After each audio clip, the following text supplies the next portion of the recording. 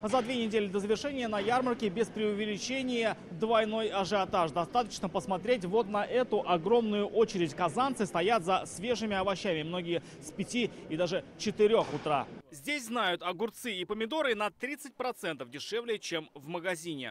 Потому что дешевые здесь. А что делать? Ждем, надеемся, что попадемся.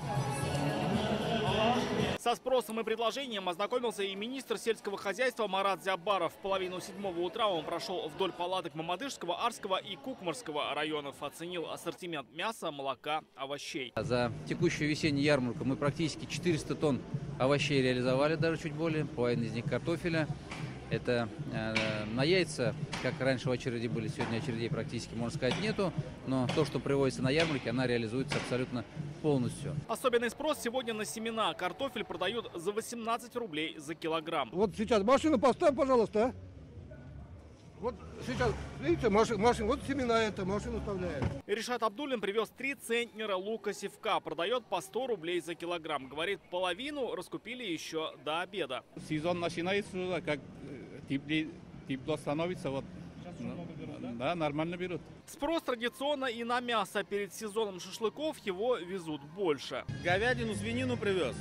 Пока у русских пост идет, свинина тяжело идет, а говядина в основном уже.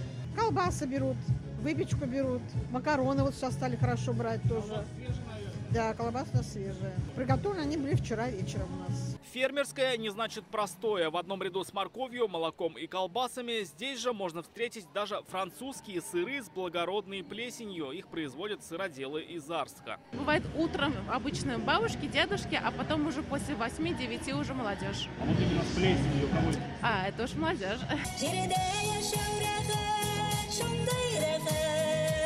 Ярмарка в агропромпарке традиционно радовала казанцев как ассортиментом и ценами, так и атмосферой праздника. Все свежее. Все свежее. Молочка. Приятно ходить здесь. Сама обстановка. Люди добрые. Да. Впереди еще 2 дня весенних сельхозярмарок 20 и 27 апреля. Но по заверениям Минсельхоза пустовать ярмарочные площадки не будут. Свежую фермерскую продукцию здесь можно будет приобретать на протяжении всего года. Рамиль Шайдуллин, Данил Филатов, ТНВ, Казань.